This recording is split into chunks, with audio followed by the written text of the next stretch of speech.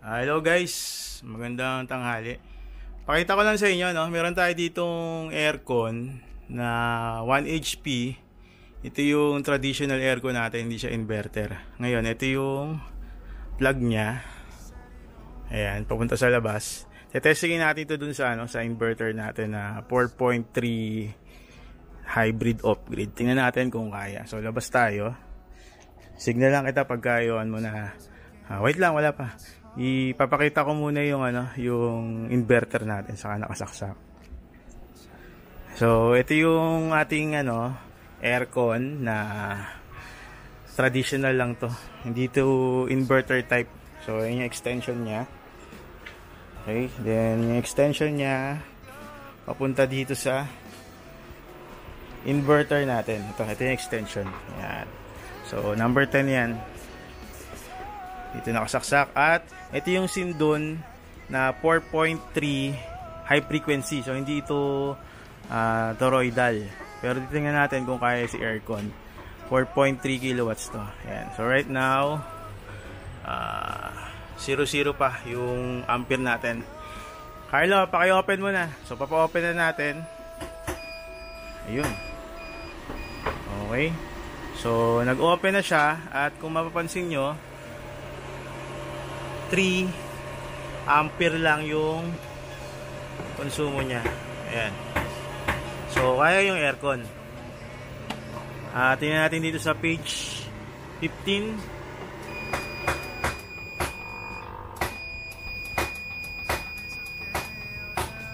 Ayan. Ang isang aircon ay kumukuha ng 700 watts dun sa PV natin. May ulit, Carlo. Tatry naman natin yung 1.5 HP na yung malaki naman na split type. Pero dito muna tayo. So pag tinignan natin yung page load, ayan, sa page 12, 720 yung consumption. Tapos 16% ng load capacity ng inverter natin. Ayan. So sa ganito, may naka-setup siya na 5 pieces na solar panel na 585 watts. At right now, tingnan natin kung ilan yung kinukuha sa battery. Sa battery, page 4. Ayan, output bat. Kung nababasa nyo dito sa screen, 00. Pero, galing lahat siya sa solar panel. Ayan, 100% yung battery.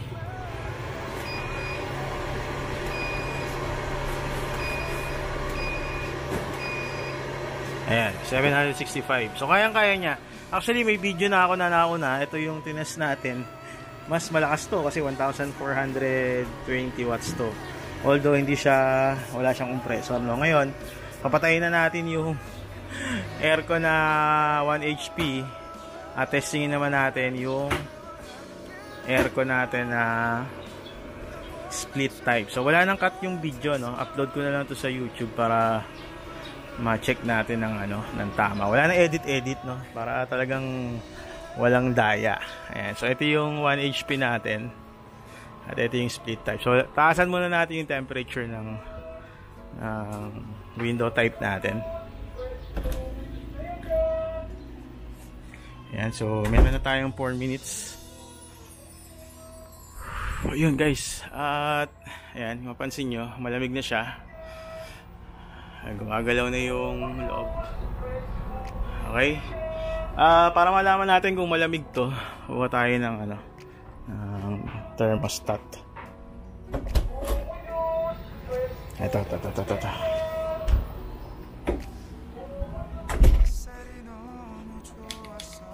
Ayan. So, kuha na natin ng ayan guys, 12 18. So, taasan natin to.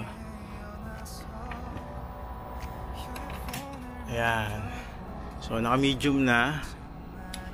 At ayan yung temperature niya. 8 degrees na lang, Ayan, guys, Okay.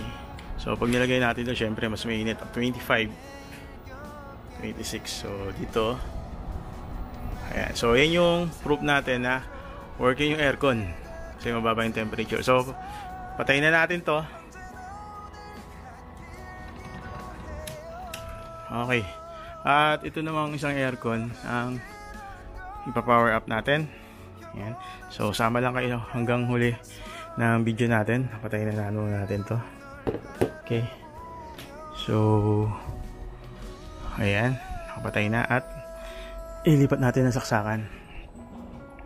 Okay. So, kunin natin to. Ayan. Okay. At sana, hopefully, no, kaya niya yung 1.5 HP. So, ito yung extension natin. At Carlo, paki-adjust mo nga yung extension dito.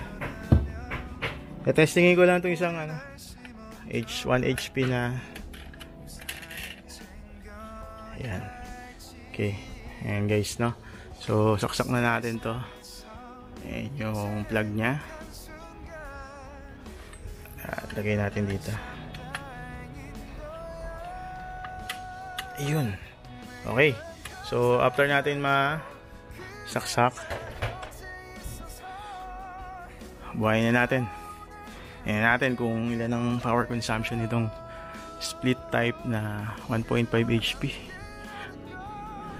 Okay, ito yung kanyang remote control at buhayin na natin. Okay, actually mas safe tong inverter kasi hindi masyadong mataas yung palo ng compressor nya compared dun sa traditional na aircon. So mas nagwo-worry ako dun kasi patay buhay yung compressor nyan. Ito, inverter type. Ayan, kayang-kaya. So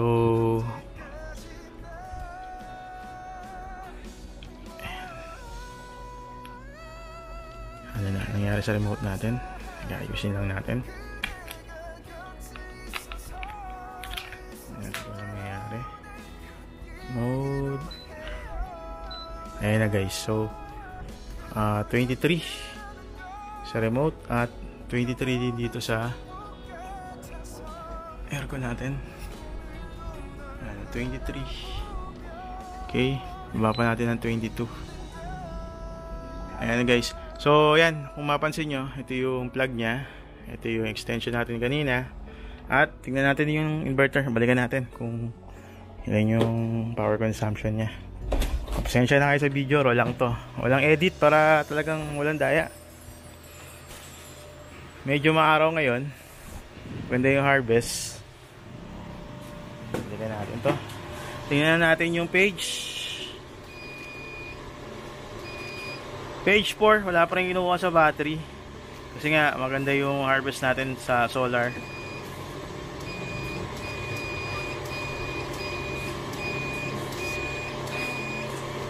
Page 15, ayan, 932 yung nakukuha niya sa solar panel natin. Yung page 4, ay sorry,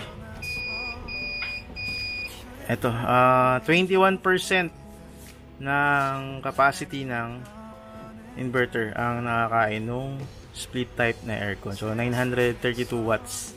Yan guys. So kapag maaraw, kayang-kaya. Take note dito, only aircon ha.